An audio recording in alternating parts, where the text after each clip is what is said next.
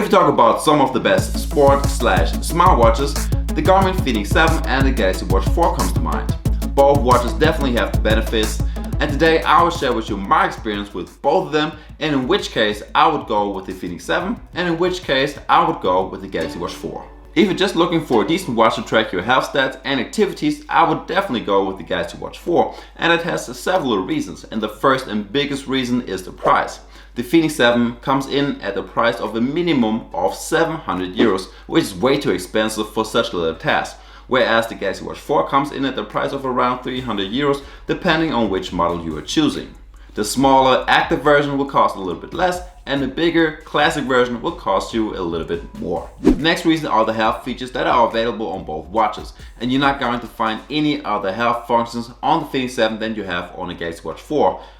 You only have the respiration rate, but besides that, you have a 24/7 heart rate tracking, which you can also set to only track in 10-minute intervals if you want to save some battery life, and it gives you alerts whenever your heart rate is dropping below a certain level and if it's above a certain level. The Galaxy Watch 4 also tracks your stress level the whole day, your sleep and blood oxygen level either on demand or during the night, and we have a total of 3 health functions that we only get on the Galaxy Watch 4, which we do not get on the Garmin Fenix 7, and that is the blood pressure, the ECG, and the body composition. Once you calibrated your watch with a real blood pressure gadget, you can check your blood pressure anytime you want to, right on your wrist. The ECG function, which is pretty much self-explaining, but all you have to do is to put your finger on the top right button for about 30 seconds, and after that you get your results on your watch and to your smartphone. And the last feature is the body composition. It's a feature we only get on the Galaxy Watch 4. This one tracks your fat mass, body fat, BMR, BMI, and a few more. And once again, we only have to have our fingers laying on the 2 side buttons. Now, if you're looking for a smartwatch that you basically never have to charge, the Fenix 7 is the way to go, since this one lasts about 16 to 18 days on normal usage, which is insane. So you only have to charge it like once or twice a month. Now, since this watch has different power and battery saving options, this number can be a little bit lower or a little bit higher, and it also depends on your usage. So if you're doing a whole bunch of GPS running and hiking tours, that will cost a lot of your battery life. But with all of the health features running 24/7 in the background, you should get around 2.5 weeks. Now, talking about power modes, you can actually set this watch to empower certain features, like going for a maximum battery life or go for a higher accuracy.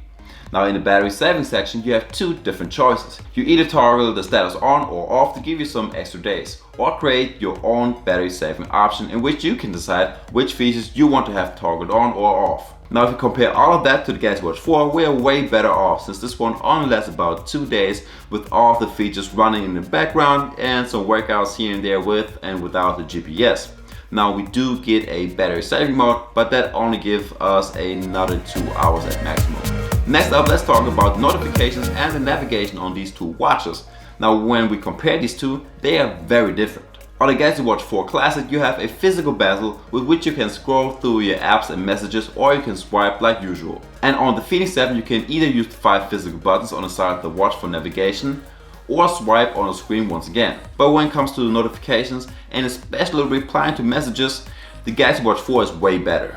Not only have you just about unlimited quick reply answers, but you also have the option to either write your own text message, you have some emojis, and you can use the microphone of the watch to let it dictate for you, and all of that works great. Alright, if we get to the sport modes, built-in GPS and the accuracy of it, the Fenix 7 is just way ahead. Now, if you look at some of my GPS maps while I was walking through the city, the park, or some other places, the Fenix 7 is just about spot on. It never cuts any corners short, it doesn't skip sections, and it is accurate outside of the city and inside, which is not a common thing for GPS watches to have. The Galaxy Watch 4 might not be bad, but it's definitely not as good as the Fenix 7. You can track your workouts with it, but you have to expect to have some wobbly GPS lines here and there. Also, the sport modes are a big plus for the Garmin Fenix 7. So on both watches you have just about every sport mode covered, starting from walking, running, hiking, workouts, all the way up to some water, winter and extreme sports. You can even customize your workout data screens in the settings. So you can decide which metrics, how many metrics, and in which layout your metrics should be displayed. But the accuracy of the Fenix 7 is just way better. If it's your heart rate, your steps, your burned calories, or your mileage, you're just better off with the Fenix 7. which I kind of expected of a 700 euro smartwatch. One feature the Fenix 7 is missing, which is a key feature of most smartwatches, and that is the voice assistant. Doesn't matter if it's Siri, Google or Bixby, but every smartwatch needs to have at least one of them. So no voice assistant for the Fenix 7, but we do get a Bixby voice assistant on the Galaxy Watch 4. So we can do the usual stuff like set a timer, which is my personal favorite. We can set some workouts, do some simple calculations and ask some random questions. But let me give you some examples right quick. Start timer 5 minutes.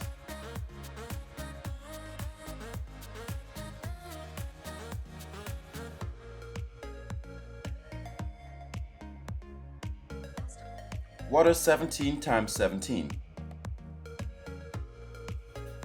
The answer is 289. As well as, let's see what these two watches have in common. So on both watches you have the standard stuff like a timer, stopwatch and alarm, and you have customizable watch faces. The ones you get on the Galaxy Watch 4 are a lot more colorful and some are even animated, but that's just about the only difference to the Fenix 7. So on both you can change the displayed metrics, colors of the hands, accent colors and minor things like that.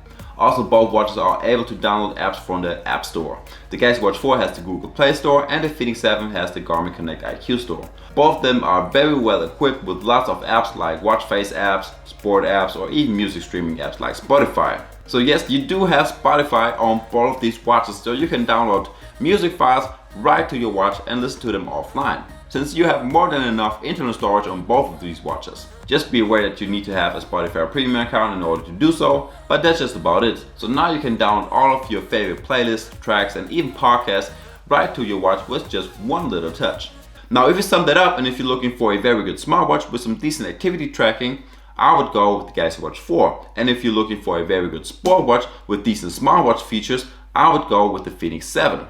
Now, if the Fenix 7 with the 700 euros is too expensive and you want to have better activity tracking and a better built-in GPS, I got a great video for you guys right here. It's about the Garmin Venus 2 Plus. It's a good combination of both of them and it's not as expensive and it's better than the Galaxy Watch 4 overall. And all that's left to say is see you the next time. Peace.